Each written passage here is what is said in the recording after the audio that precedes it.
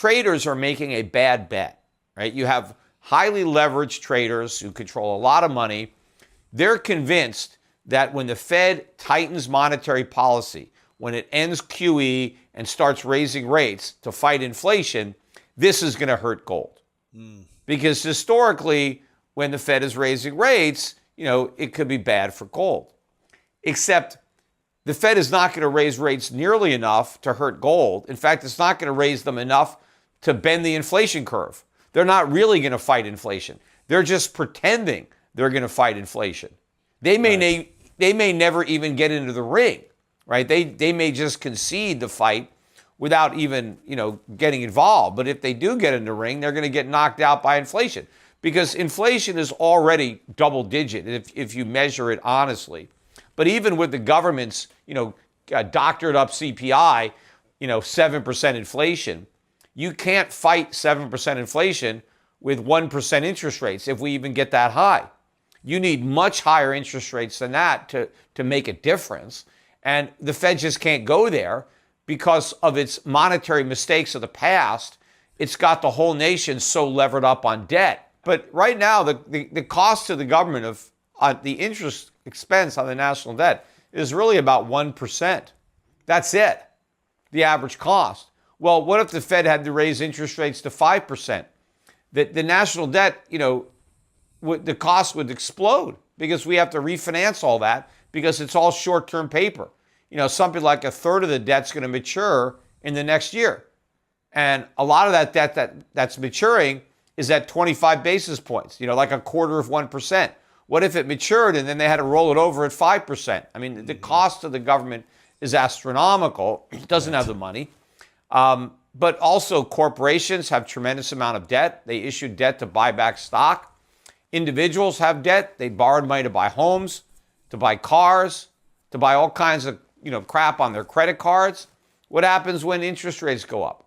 So, nobody can afford the type of interest rates that would be necessary to actually rein in this kind of inflation.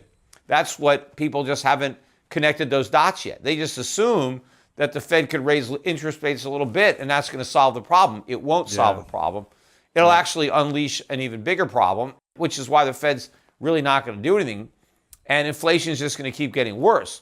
What I think is really going to be happening over the next several years as this plays out is the US dollar, which is now the primary reserve currency for the world. The US dollar is going to be phased out of that role.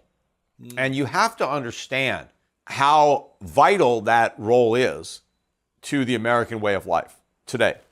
Because once upon a time in America, we manufactured pretty much everything we consumed.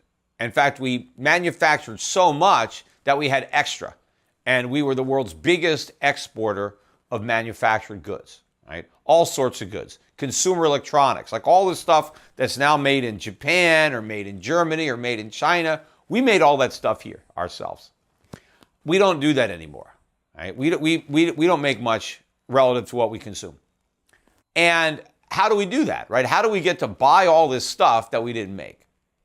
Well, we get to print money, which is easy to do, right? Just crank it off a printing press. In fact, the Fed doesn't even have to print it. It just, conjures it into existence, just, on a computer, just makes up some dollars. And then we use those to buy all the stuff we didn't make. And that enables Americans to really live a standard of living that is unrelated to our actual productivity. We're living way beyond our means. And obviously that's fun. We get to consume a lot of stuff that we didn't have to make. Making stuff requires resources, land, labor, capital. We get the stuff without the resources. So we get to do other stuff. Like a lot of people are involved in services, right? Instead of having to work in a factory making stuff, we do services and things like that because other people are making the stuff for us. We don't have to deal with the factories. We don't have to deal with the pollution, right? We just get all the good stuff. We don't have any of the bad stuff. We leave all that to the Chinese. Well, the Chinese are willing to work really hard to produce goods for Americans to consume, because they have confidence in the dollars that they're receiving in exchange, that in the future, they'll be able to take these dollars and buy stuff that they need. And in the meantime, they'll invest them in our treasuries or, other assets. But when they really lose confidence in the future value of the dollar because we're just printing too many of them, the dollar is going to collapse.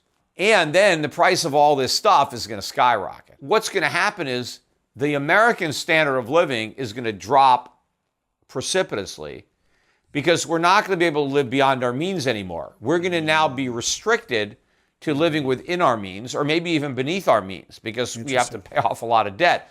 So Americans are going to be able to consume only what we can produce, right? We're not going to be able to run $80 billion a month trade deficits. We're going to have to balance the books and produce so we can consume. Also, we've been able to borrow a lot of money from foreigners. That's not going to happen anymore. So Americans are going to have to go from a nation of spenders to a nation of savers.